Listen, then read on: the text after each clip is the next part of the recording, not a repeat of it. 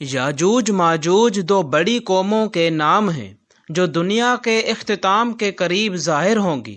قرآن مجید میں ان کا ذکر سورہ کہف اور سورہ انبیاء میں آیا ہے۔ یہ قومیں تعداد میں بے شمار ہوں گی، اتنی زیادہ کہ ان کی بھیڑ دیکھ کر زمین تنگ محسوس ہوگی۔ ان کا فطرتی مزاج بہت سخت اور جنگجو ہے۔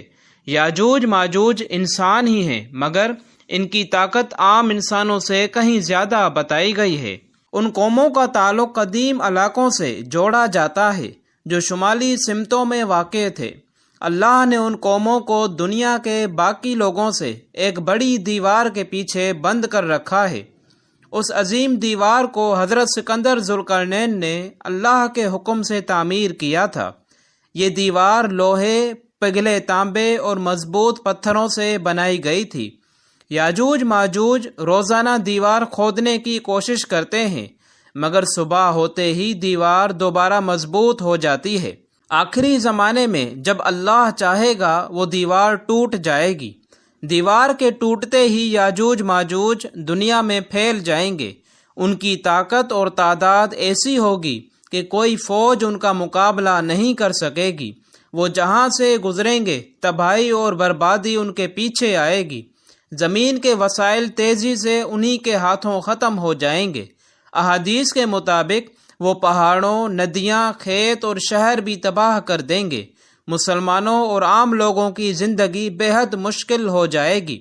وہ اتنے طاقتور ہوں گے کہ عام اسلحہ اور قوت بازو ان کے آگے بیکار نظر آئیں گے۔ روایات کے مطابق وہ پانی کے بڑے بڑے ذخائر بھی ختم کر دیں گے۔ ان کی بھوک اور پیاس بے انتہا ہوگی۔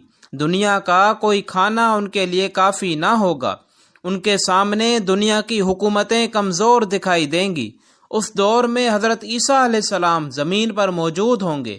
حضرت عیسیٰ علیہ السلام اور اہل ایمان یاجوج ماجوج کا مقابلہ نہیں کر سکیں گے۔ سب لوگ ایک محفوظ مقام یعنی پہاڑوں کی طرف پناہ لیں گے۔ وہاں کھانے پینے کی شدید قلت پیدا ہوگی۔ اللہ کے نیک بندے دعا کریں گے کہ اے اللہ اس یاجوج ماجوج قوم سے نجات عطا فرما۔ اللہ ایک خاص طرح کا کیڑا یا بیماری ان کی گردنوں میں ڈالے گا۔ وہ سب ایک ہی رات میں ہلاک ہو جائیں گے۔ یاجوج ماجوج کی لاشیں زمین پر ڈھیر کی صورت میں جمع ہو جائیں گی۔ زمین کی فضا میں سخت بدبو پھیلنے لگے گی۔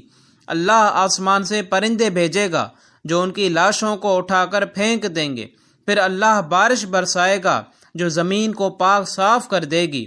زمین دوبارہ سرسبز اور شاداب ہو جائے گی۔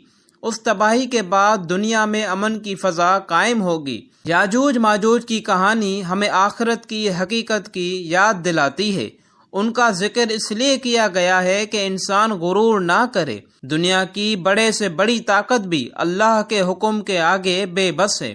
یاجوج ماجوج کا واقعہ اس بات کی نشانی ہے کہ قیامت بالکل حقیقی ہے۔ یہ واقعہ بتاتا ہے کہ اللہ ہر قوم کو آزمانے کے لیے مختلف کو پیدا کرتا ہے۔ ان قوموں کا ظہور قیامت کی بڑی نشانیوں میں شمار ہوتا ہے۔ قرآن میں ان کا ذکر انسان کو آخرت کے لیے تیار ہونے کی دعوت دیتا ہے۔ ان کے بارے میں جان کر انسان کے دل میں اللہ کی عظمت بیٹھتی ہے۔ یاجوج ماجوج کی تباہی ہمیں توبہ کی اہمیت بھی سمجھاتی ہے۔ آخری زمانے میں واقعات ایمان والوں کو مضبوط رہنے کا پیغام دیتے ہیں۔ ان کا ذکر سن کر انسان گناہوں سے دور ہونے کی کوشش کرتا ہے۔ اس فتنے کی شدت ہمیں بتاتی ہے کہ اللہ ہی اصل محافظ ہے۔ ان واقعات کی خبریں سچی ہیں اور قیامت کے قریب پوری ہو کر رہیں گی۔ مومن کا کام ہے وہ یقین، صبر اور تقوی کو مضبوط کرے۔